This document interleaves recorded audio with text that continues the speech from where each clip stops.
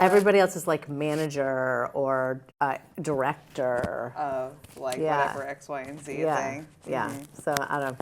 Hey, I didn't give it to myself, so. Yeah, there's only so much you can do sometimes, you know? Yeah.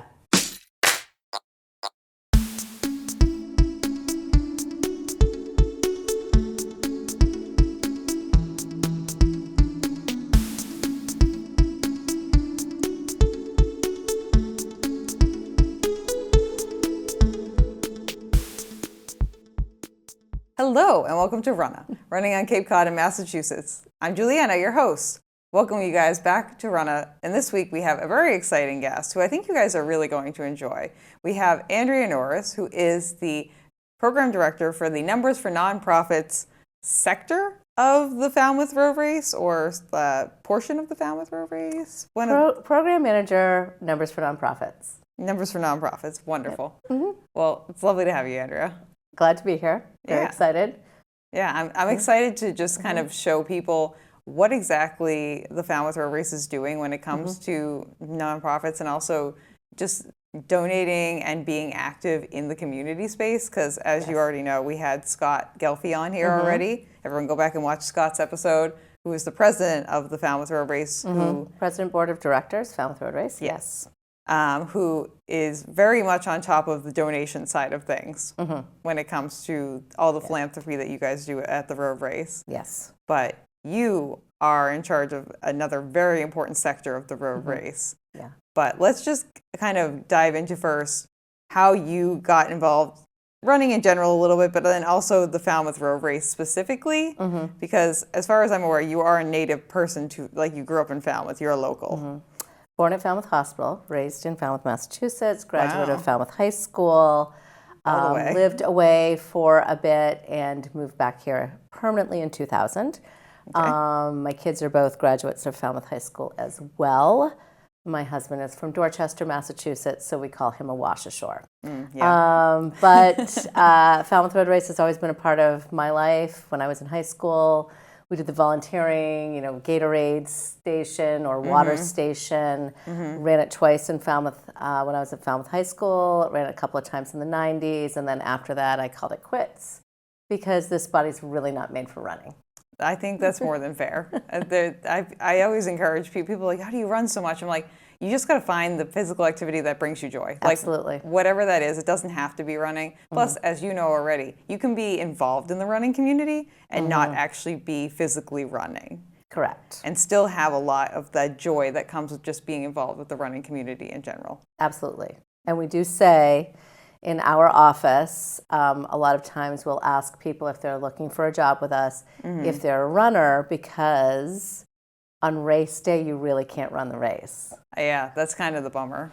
So if you're not a runner, it's not a bummer. Yeah, I guess that's true. You're like, oh darn, I don't have to run it. Oopsie daisies. Yeah, so I feel like that probably is a good thing to honestly have people who they're invested in running itself. Yes. But they're like, yeah, no, you couldn't pay me to go run 7 miles in 90-degree heat today. Yes, that is correct. Yeah. So how did you eventually find your way into the job that you have currently, being the director for the Numbers for Nonprofits?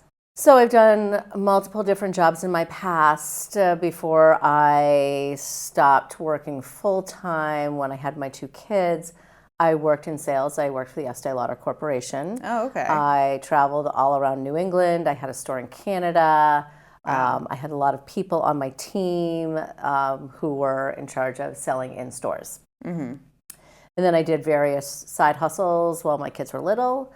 And at one point, I did meet the former executive director, Jennifer Edwards, as well as Megan Faulkner, who is the current executive director, through the East Falmouth Elementary School PTO.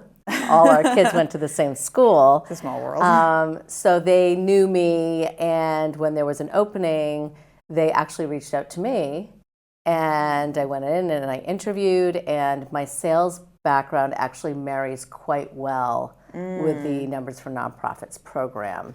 Yeah. Because I oversee 225 teams and 225 team captains who need to recruit and motivate 4,500 runners every year. So Yeah, you have a that lot of people. speaks to what I was doing with the Estee Lauder Corporation. That's exactly what I was thinking. I was like, that job history actually, like, if you just look at it on paper, maybe it doesn't make exact sense, but you saying it out loud, I'm like, just knowing roughly how many people you have underneath you before you even just said it, I knew you had a lot of people. There's a I know lot. there's a lot of charity runners. Yes. And a lot of different charities that are like very highly Diverse. Involved. Yes. Yeah, all over the place. Yep. Kind of like your marketing history in the past, just kind of all over the place a little bit. But that makes a lot of sense. Yeah.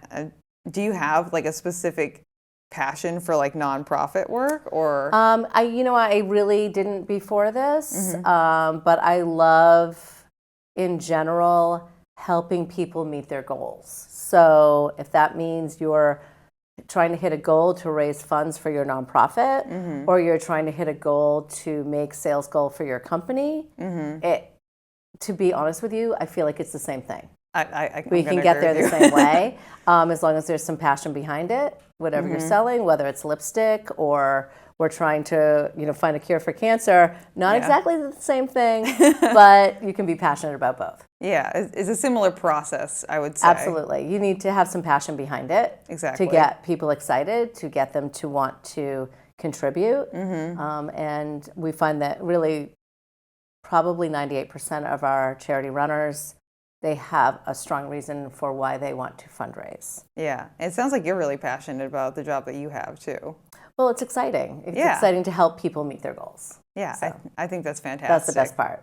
Yeah. So let's talk a little bit about what you actually do, because we know you're in charge of the Numbers for Nonprofits program. What exactly is that program? So it is for Massachusetts-based nonprofit organizations. Basically what they do is they apply to participate in the Falmouth Road Race and obtain bibs so that they can use those bibs to fundraise for their organization. They receive 100% of the funds they raise as long as donors pay the platform fee. So if a donor doesn't pay the platform fee, then it comes out of the donation. Gotcha. But they will receive 100% of the funds they raise. So what we do is we will accept the groups into the program in December. The previous year, they pay a premium for guaranteed entries because, as you know, it is difficult to get into the Falmouth Road Race. It's very popular. And then we help them set up their platforms for fundraising. We provide quite a robust incentive program for the charity runners as well. We do a lot of things to support the fundraising program between social media, and we have a singlet program where charities can buy singlets through us with the Falmouth Road Race logo. So we provide a lot of different support mechanisms so that they can reach those goals. Yeah, and you said how many charities do you usually have participating? So this year we have 225, which is the highest we've had so far. 21 are Falmouth-based. Oh, that's fantastic. That's exciting. We really try to include Falmouth, Mashpee, surrounding community, but of course we keep it within Massachusetts as well. So yeah, and I know there are two that are like kind of the more prominent ones that have been with you guys the entire time, if I'm remembering correctly. Well, or like just you have the most bibs. Since largest team is Dana-Farber Cancer Institute. They have between 325 and 350 runners every year. Wow, that's They're impressive. also our legacy partner for the Numbers for Nonprofits program. Okay. And then our next highest amount of runners on a team is ALS1 this year, and they have just over 150 runners. Wow. But we have teams that only have 5 runners. Yeah. And some of those are the smaller Falmouth-based charities or new charities that we're trying to support as well. That's awesome. Now, if someone wants to say they have a charity that they'd like to submit for the Numbers for Nonprofits program, what, generally speaking, is the process for becoming a charity fundraiser for the at the Falmouth Road Race? I'm sorry. So the first step is they need to be an actual 501c3, and they have to be Massachusetts-based. Okay. The next step is to apply. So our application is open every year, August 31st through October 31st. Okay. This is all on our website if you need to refer to it. We'll put the link below in the description for anyone who's interested. So make sure that you apply. Then we have an approval process. It usually happens in November because the application closes October 31st. We reach out to all of the charities who are approved by mid-December, and we start the process that way. So there's really no specific criteria other than being a Massachusetts-based 501c3. Okay. We do try to keep it very diverse, so we try not to have too many of the same type of mission for a specific charity. Okay. So we can't have too many that are supporting Alzheimer's research. Or like too many dog shelters or too many. Exactly. Yeah. We really try to spread the wealth as much as we can. We might have 1 or 2, sometimes 3, depending on how long a group has been with us. We like to reward groups by letting them return year after year. Yeah. But we really try to spread it out. Now, is there a minimum amount of fundraising that these groups have to do to be part of this, or is that set by the organization themselves? Well, we suggest that each runner raise at least $1,200, but some of our organizations ask for more. Okay. And some will ask for less. But that's kind of so they have a good return on their investment and they actually can make some money off of the event. And for many of these groups, it is their biggest fundraiser of the year. I can imagine. Yeah. It's kind of like a mini Boston almost. Exactly. I think it's not as difficult, the fundraising minimums, obviously. Yeah, definitely. I've heard it's incredibly high for Boston. Yes. So we kind of let them have some leeway with that because we know it's hard to get into the fundraising game. Yeah, it definitely can be challenging. I mean, I'm currently fundraising for the Berlin Marathon, and I fundraised for the New York City Marathon, and it's hard.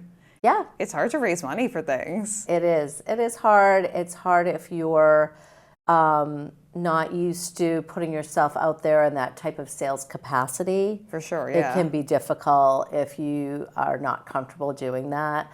But there are different ways that people do it. There's social media sharing, of course, there's emailing, and there used to be letter writing, but mostly people email now. And then we really try to spread the word through our organization for our nonprofit runners to help to support them as well. Yeah, let's also talk about what you guys are doing from your side, like you just mentioned, to support these nonprofits. I know you mentioned like social media help, like some kind of, it sounds like some kits that you're kind of providing them, like PDFs of like, this is how you can do this, X, Y, and Z. What exactly are you guys providing to, or you specifically, I guess, from support to? Because even when I was in the office the other day, I heard you on the phone with someone, it sounds like, from a charity team who needed a little bit of support one-on-one. So usually the support I provide is helping them build out their fundraising pages on the platform. Okay. Because there can be a learning curve there. For sure, yeah. And so we're usually talking about that. I hold biweekly office hours where they can come on Zoom with me and we can figure that stuff out. So that a lot of that is more like administrative support from me. A lot of the teams have their own fundraising kits and things that they want to provide because they've had teams for numbers of years. But we do share amongst the teams. There's sometimes brand new team captains who will reach out. We have a private Facebook group that we have every year where people can ask questions. These charities can also buy and sell bibs amongst each other. Oh, okay. I didn't know that was a thing. Yep. So if I have a lot of bibs and I don't have all the returning runners I thought I was going to have, I can sell them to another team who's participating that year who it's like, oh my gosh, I didn't realize how many people want to run this year for my team, so they can buy and sell. And so I facilitate all of those kinds of things behind the scenes for them. I didn't know there was like a bartering process for the bibs between the charities. Well, they have to sell them for the same amount that they purchased them for. That's definitely super interesting. These are the things that like I feel happen because obviously you're very active in the space and this is your job. Yes. But people like me are just like, oh, I didn't realize that was even a thing that happens behind the scenes. The other thing I do is I provide an incentive program that starts actually in April. Okay. So if you get in there and you start fundraising right away, every 2 weeks we have a different incentive for our charity runners. So the criteria is different every 2 weeks. So it's usually fundraising a certain amount within the time frame. Okay. If they qualify, they go into a drawing for prizes. And so I do that for the entire program. So I send out the emails. I work with our fundraising platform to figure out who the winners are. I reach out to them. I send out the prizes. One of our prizes is a VIP weekend for race weekend. That would be very nice. Hotel stay, VIP tickets, gift certificates, which is really great, especially if you're a runner from out of town. Oh, definitely, because you know how expensive the hotels down here get during. Very expensive. So that's one thing. We also offer swag. We do some exclusives. So we try to make it fun and exciting. And our incentive program runs through September. Oh, okay. Yep. So we keep our fundraising going. We like to keep the momentum going right after the race, and we'll end it in September. Do you see people getting like large amounts of donations for after the race typically? We'll always race week. There's a lot of donations. We have a huge uptick because of the excitement of the race, and even that following week. Because people just get in the spirit. You know what it's like. Oh yeah, you get caught up in it. You're at the expo, you're on the ball field on race day or wherever you are. It's just like there's an energy behind everything. There's, people are inspired by, different people's stories, and we have a huge uptick in fundraising at that time. Oh, that's awesome. Yeah. I'm sure you've seen some people who have like really inspiring stories too, who have come through. It's amazing. And if you follow our social media, we have once a week, and it will be starting the first week in May, as we call it our Runner Spotlight. Yes, I've seen that. And it's a feature on a charity runner, usually with their story and their why they're fundraising. And oftentimes it's like such a compelling story. It's amazing. So that's a great way to see some of our stories. And they're every week through the fundraising season. Do you have any stories or people that have kind of stuck with you over the years? Well, there's one, actually an amazing story from Dana-Farber, and it's actually on one of our charity fundraising pages. And it's this woman, Meryl, whose daughter, Adelia, had a brain tumor, and she sadly passed away. She has always run for Dana-Farber. Now she has a team within the Dana-Farber team of people who run and support for cancer research. And she's just so inspiring, and really she just keeps going year after year. And it's an amazing story, that like the resilience of this woman. So that's a story that sticks out. And then you have other stories of, people who will fundraise for MSPCA because they love animals. And, there's just all different kinds of stories out there that are fantastic. Yeah, I'm sure you get to meet so many amazing human beings, because I know that when I've been charity fundraising myself, or when I've interacted with a lot of the charity fundraisers, they're just wonderful humans. Yeah. They're just such nice people. Well, they're very giving. Yeah. They're raising money for an organization that means something to them. Yeah. So I feel like you kind of get the best deal when it comes to the runners. Not that there's anything wrong with any of the other runners. Absolutely not. Absolutely not. But the charity runners just have that je ne sais quoi about them, where they just have that little extra spark that, and I just want to say like a kindness for something. Sure. Animals, cancer, whatever it is. They just have this passion that is undying in a way. And we're going to have a new opportunity this year. Oh, okay. Breaking news. Okay. Breaking news here on Runnah. Here we are. I know, it's very exciting. What we call a general runner, sort of general applicant runner, anyone who's in our general runner pool, who's accepted to run in the race, they'll have the opportunity starting this year, to raise funds on their own for any of our nonprofit teams. So that means they can set up a fundraising page. There's no commitment. Cool. There's no fundraising minimum. They don't have to feel any sort of pressure that they may think they would feel if they were an official charity runner. Yep. And they can just kind of fundraise on their own for any cause that's near and dear to them. So it's a very simple way of giving back. $50, $100, $200. I mean, it all makes a difference. Yeah. And people have the opportunity to do that this year, and they'll see that in the application process. Oh, awesome. And so, just to your point, how many runners are there in the road race? Like 11,000? Is that where we're capped right now? The town has approved 11,400 runners to run on the race course this year. Fantastic. Yep. And we also have our at-home edition runners still. Okay, We cool. have a small group of at-home edition runners. It's last year we had 200. Okay. And it's an opportunity a lot of times for charity runners who feel that they're not able to physically run on the course, or they're just not geographically able to run the course, but they want to fundraise. So we have that opportunity. Or we also have people who reach out, and they can reach out to our office to get an access code, who just want to participate, but they're not able to come to the race. Okay. So there's still that opportunity is there for people who want to participate but aren't able to come to the race. Yeah. I'm just thinking too, like if say like 5,000 of the regular non-charity runners want to fundraise like $100, that's $50,000 that's going to charities. It's a lot of money. It's a great opportunity. Yeah. We have some people who maybe they ran Boston and they fundraised to run in Boston. Yeah. And now they're like, I would really love to fundraise again, but I don't feel like I can tap into the same people or whatever. Yeah, I don't have $12,000 under my belt right now. now. But maybe they still feel compelled to raise funds for a similar organization or the same organization, because we have a lot of our nonprofits who participate in Boston and fundraise that way as well. I'm thinking Dana-Farber is a big one. Absolutely, Dana-Farber, but many of them are do both for fundraising, and they might want to just do a couple $100 more or something like that. I think that's a fantastic opportunity. Yeah, it's exciting. We're really excited about it this year. Yeah.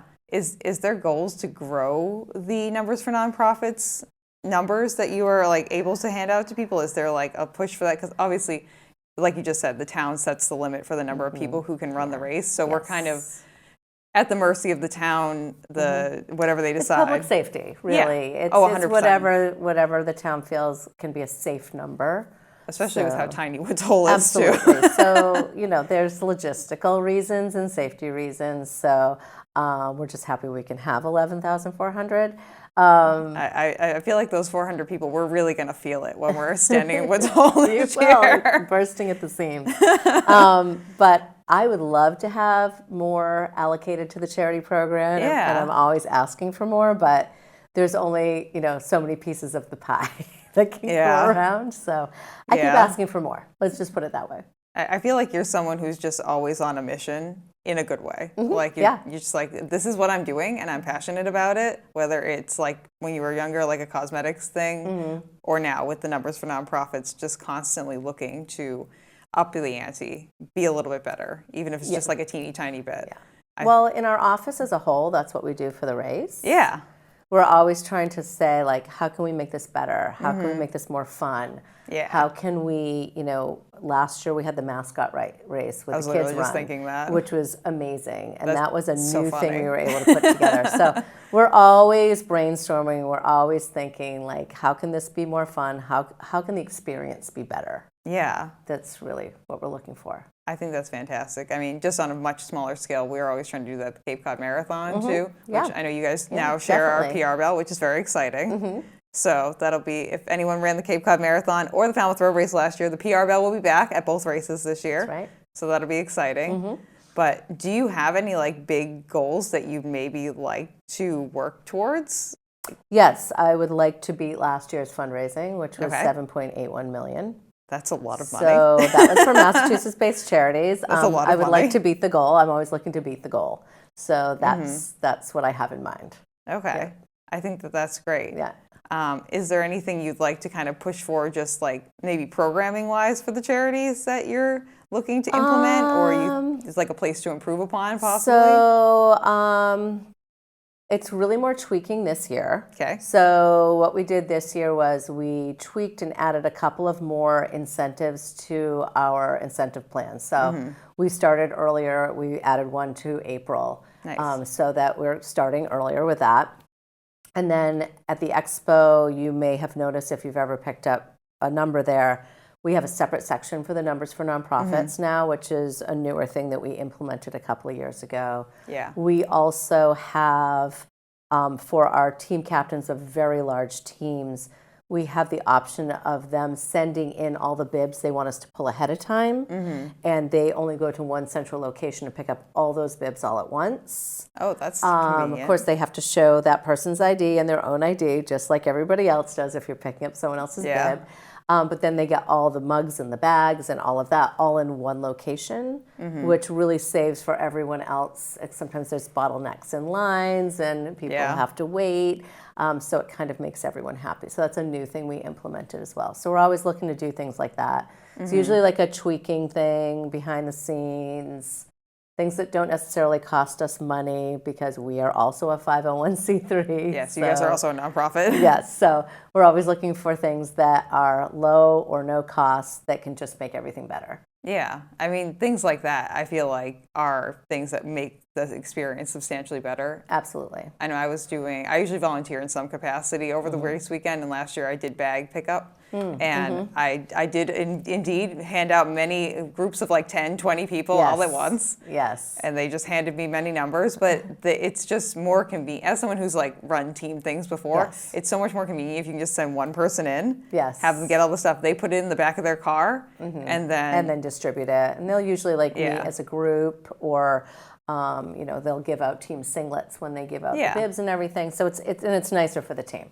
Yeah. And it's definitely, how crowded it gets at the Road Race Expo. Absolutely. It's very crowded. Parking is very sparse. So if you can kind of have one person go in and then they maybe have like a little thing at their house where parking is a lot more available. Yep. Makes things a lot easier, I would say, too. Definitely. That's fantastic. I know you guys usually give like a little gift out as well, too, to the... We give a special charity gift out. Yep. You get a little... So we have one this year. I'm not going to talk about that yet. Ooh, wait for the reveal coming soon. The reveal yet.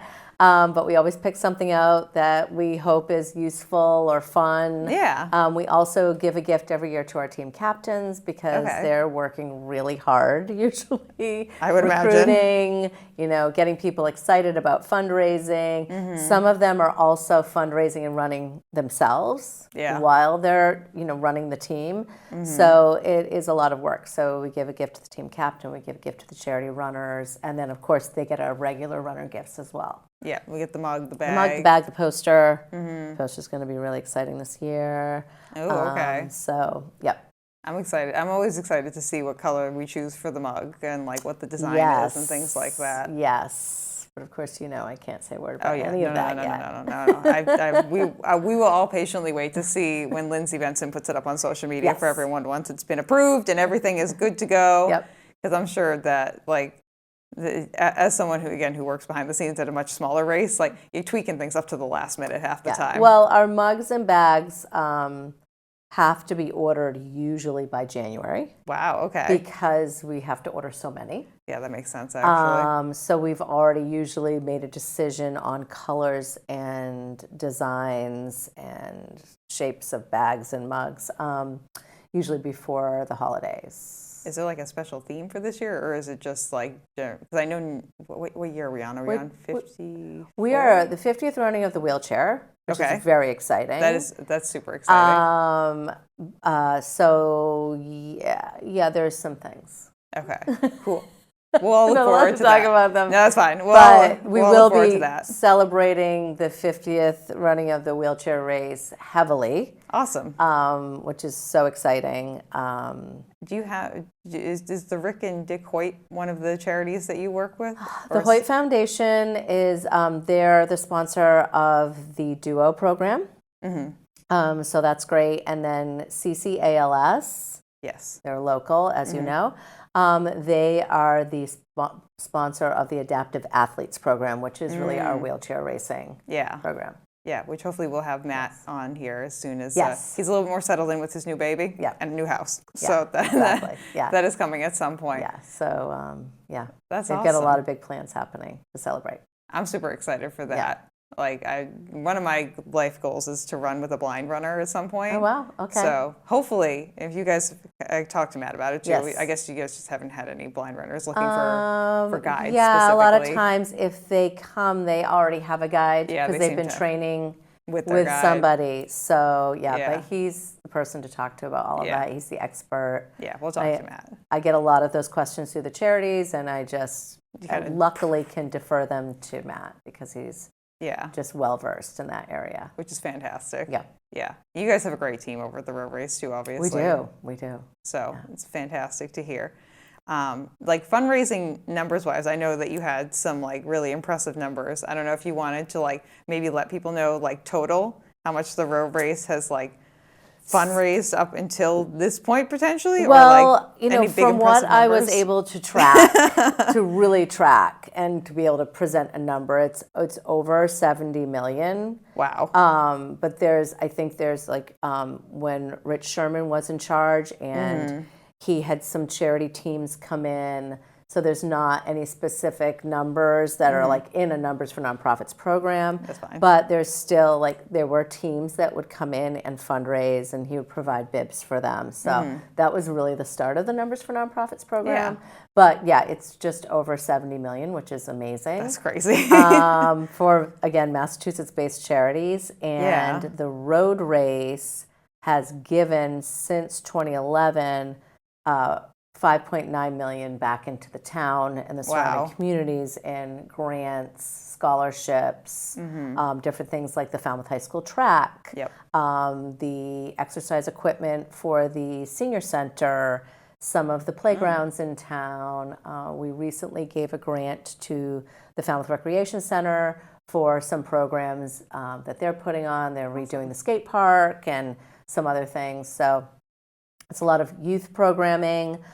Anything that really has to do with health and wellness really is really something that we'll give to if we can. Yeah. And that's what we do. We raise money to put it back into the community. Yeah. So.